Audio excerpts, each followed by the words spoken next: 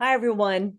Welcome to Tremendous Leadership new release recording. This is one of my favorite videos to record, and I am with our first time author, Dwayne Weaver. Dwayne, welcome. Oh, well, thank you, Tracy. It's a real joy to be here. We've had this on the calendar for a month or so, and today's the day. Today is the And day, release day, March 4th. March Very 4th. excited. It's been a long process, really, in putting this together, and could not have done it without your help and your team there at Tremendous Leadership. Awesome. Thank you, Dwayne. Well, I want to tell our listeners out there, Dwayne is in the South Central PA area with me, and we met because another friend had got a book published and referred us, right? Repeats and referrals are our lifeblood. And Yes. so, Dwayne, we met at Starbucks. I met you and your wife, Cindy. I want to say, was it 7 months ago? Or was it summer? So it was at least half a Uh, year ago. No, it was, I would say, 7 to 9 months ago that Okay. we started our conversation, and our mutual friend suggested I reach out to you. And before I we met, I read your most recent book. I figured, what a good way to get to know somebody. And I see it on your shelf there, Oh, Spark. yeah, yeah, there we go.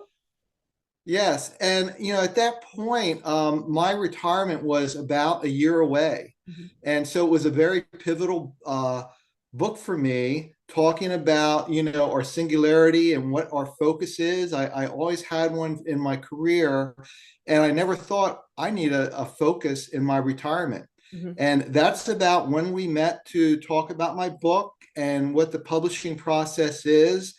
And here it is. It was a year process getting ready for this. And I retire in 10 days.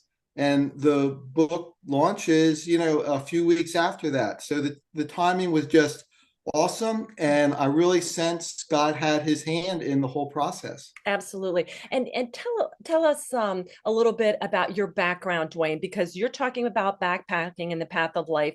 But tell us a little bit about your background.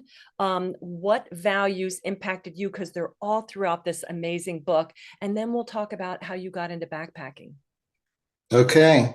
Well, I would have to start in my childhood, and it seems like an awful long time ago, but what we do and experience as a child has a huge impact on the rest of our life. And as a child, I just loved exploring the woods, playing in the creek, building forts, things like that. And as a teen, I got involved with a 4-H group that had a focus on horseback riding and horse care. And as part of that group, we used to do long distance trail rides on horseback. So we would go out for several days at a time on horseback, which was an awesome experience as a teen. And then as an adult, I picked up the hobby of fly fishing, and I'm still a fly fisherman. So throughout my life, starting as a child, I've always enjoyed and been very active in the outdoors. Mhm. Um, Another significant event for me as a child was the death of my father. He fell off of a 8-story building to his death, and I was 10 years old at the time. And, that initially left me with feelings of anger and fear. But then as I matured and grew and came to Christ, I came to understand that God was now my heavenly Father and would mentor me and care for me the same way that my now absent father would. So that was a significant event in my early life. And I can still remember that day Mhm. like a video Mhm. and what transpired then. Um, but I think that whole process, that experience, and then the healing made me a very resilient person, and also gave me a heart for ministry to children. Um, and Cindy and I got involved in our local church, and we initially were overseeing a camp for underprivileged children. Kind of in the middle of my career, I was an accountant, financial manager, CFO, and now CEO of different construction companies. In the middle of that career, we took on this camp ministry. We did that for 3 summers. And then I became a full-time children's pastor.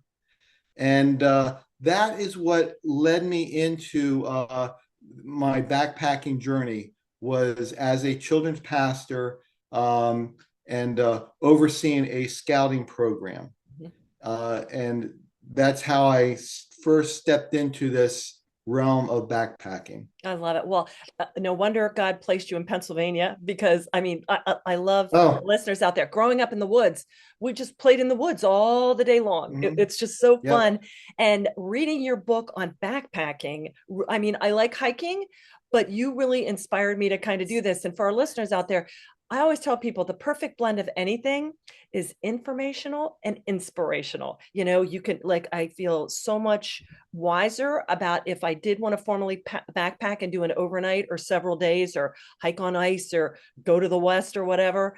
You really share that. So, what age were you, Dwayne, when you really said, I'm going to pick this up? And for the readers, Dwayne maps out his first hike, his second hike, when he asked his son-in-laws, when he asked his prospective son-in-laws, when he became the master, when he asked his wife. So you get to see his journey of learning what he needs to do. And as you can tell with Dwayne, it took him a year to get this book out.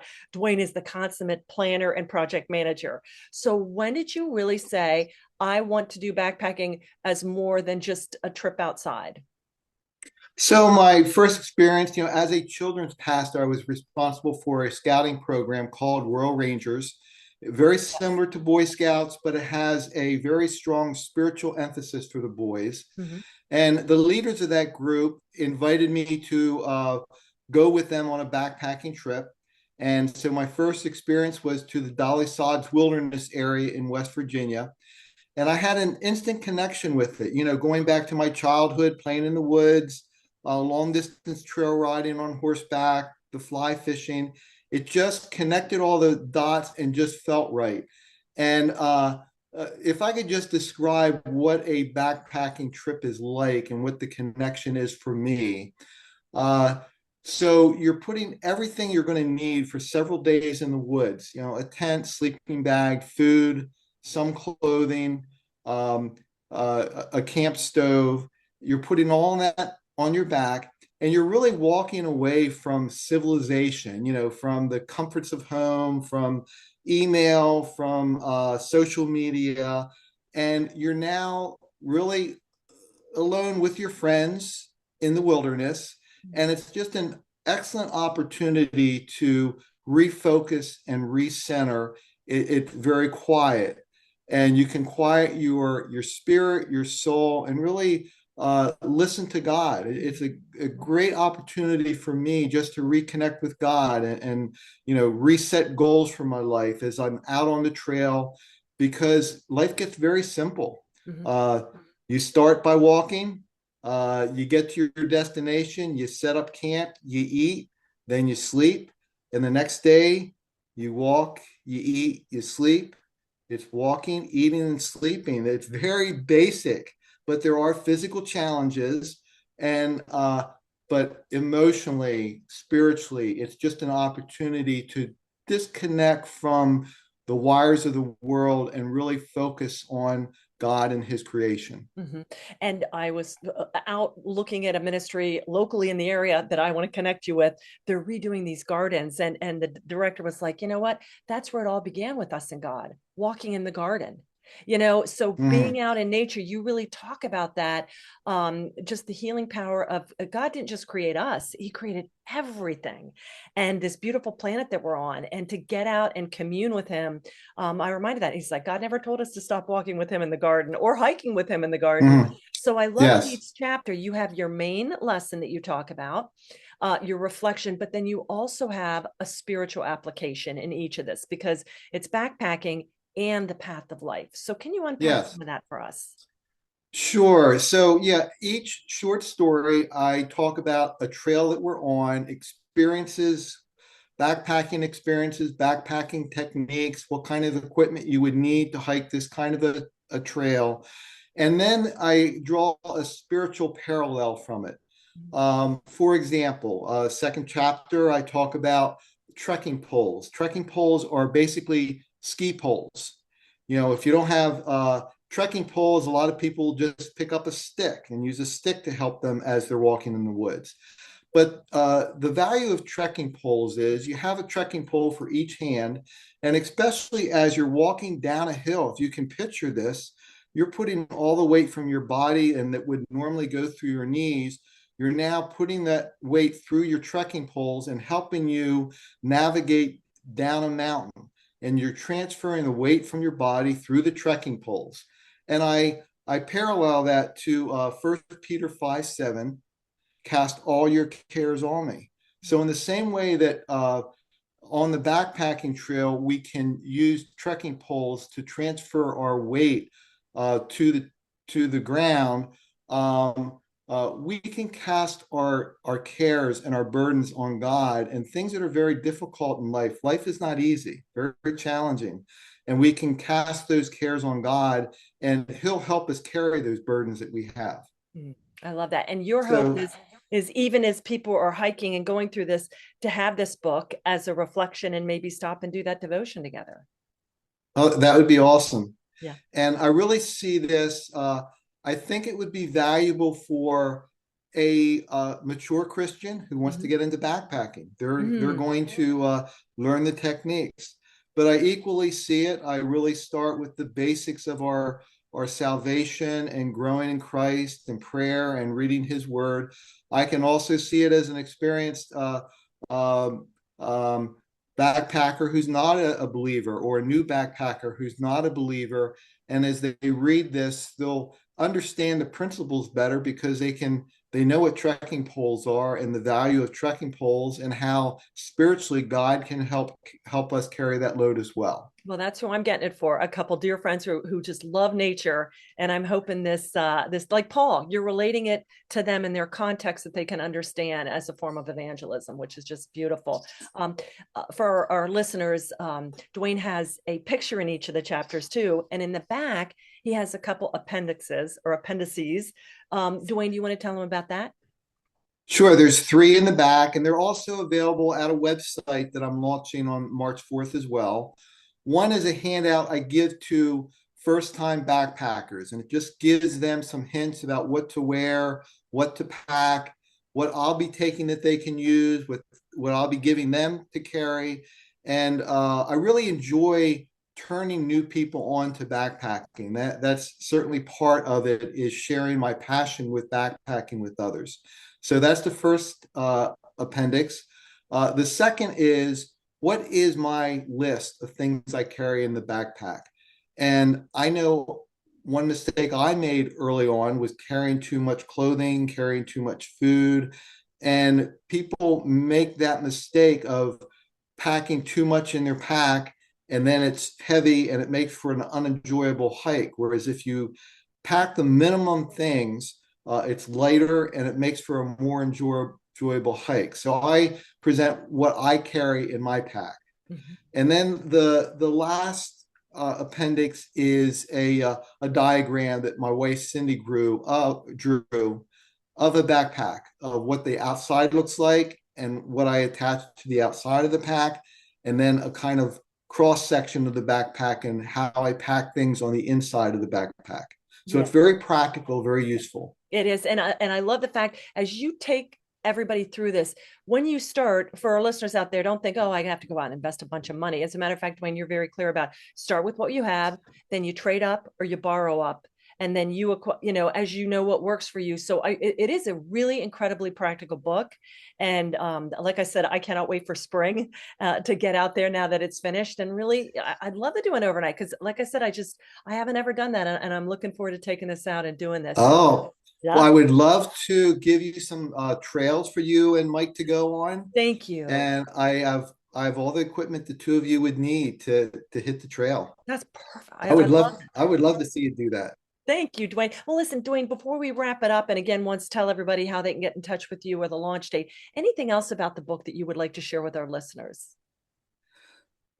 Just writing the book was value in itself. Hmm. It was therapeutic. I've never been a person that journals, but that is something I'm now doing. Just there's so much value in writing down your thoughts and uh, also for a legacy. Yeah. I pre-ordered some copies for my family that I handed out at around Christmas, and I'm getting feedback from my grandkids, that are from age 8 up to 20, Oh, of questions about backpacking and my spiritual journey. So I see it as a legacy that I can put down things that are important to me in life and my hobby of backpacking mhm. that I can hand off to the next generation. Uh, and again, your team made the process so easy, and you were such an encouragement throughout the process to get to this point. And it's really been a joy. I've thoroughly enjoyed the whole process and the end result. So thank you. You're welcome, Dwayne. Thank you so much. I'm sure the team will see this as they're editing this and reviewing this. Dwayne, I just want to congratulate you on getting ready for this next chapter and being free to serve in a whole new way and sharing your wisdom with so many people out there. Thank you so much, Tracey. You're welcome. And Dwayne will have his website up and running. Again, we'll put this in the show notes, how you can reach out to Dwayne via his website. The launch date is going to be March 4th. So anybody that is a subscriber to us, you'll get the notification, but be sure and share this. Head on over to tremendousleadership.com and get your copy. You can also get it on amazon.com where you can get all our other tremendous books. So thank you again, Dwayne, for everything. Thank you to our tremendous listeners and our readers out there. Remember, as Charlie Tremendous Jones has always said, you will be the same person 5 years from now that you are today, except for two things: the people you meet and the books you read. And Dwayne, I would also add, and the hikes you take. Okay, thank you so much. You're welcome. Bye bye. Bye.